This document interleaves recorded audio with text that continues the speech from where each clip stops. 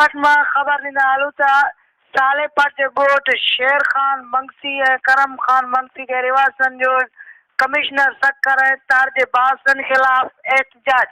असांजो क़दीमी ॻोठ आहे जेको 1991 ऐं 92 में जंहिंखे ज़रعي زمين ॼाणाए जंहिं शख़्स खे ऐलान कई वई उन कमिश्नर सकर वरी 4 सालनि खां सिर्फ़ हाज़िरी ॾेई रहियो आहे ऐं बााثرن طرفان असां मथां ڪڏهن نوابشاہ تا ڪڏهن جيڪب ڪڏهن اٻاوڙو ڪڏهن سڪر ۾ ڪوڙا کيس داخل ڪرائي اسان کي حراست ڪري رهيا آهن وڌيڪ صالح پات جي رپورٽر اسان سان ٽيليفون لائن تي موجود آهي محمد سچل جي محمد سچل کيڙا تفصيل آهن تانڪا سالا ورجو ڳوٺ شير خان مگسي ۽ کرم خان مگسي جي رھواسي ڪمشنر سکر جي تير جي بااثرن خلاف احتجاج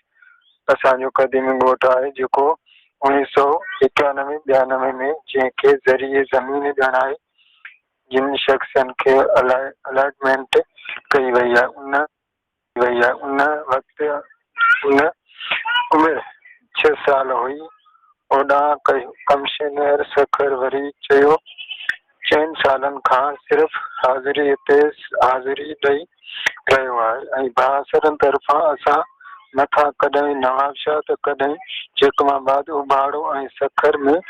ڪوڙا کيس داخل ڪرايا اسان کي حراست ڪيو ٿو وڃي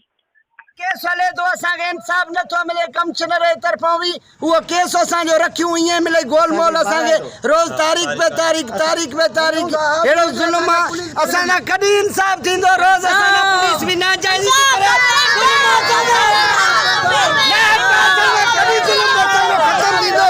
असांजा ॿार बुख ते असां पाण बीमार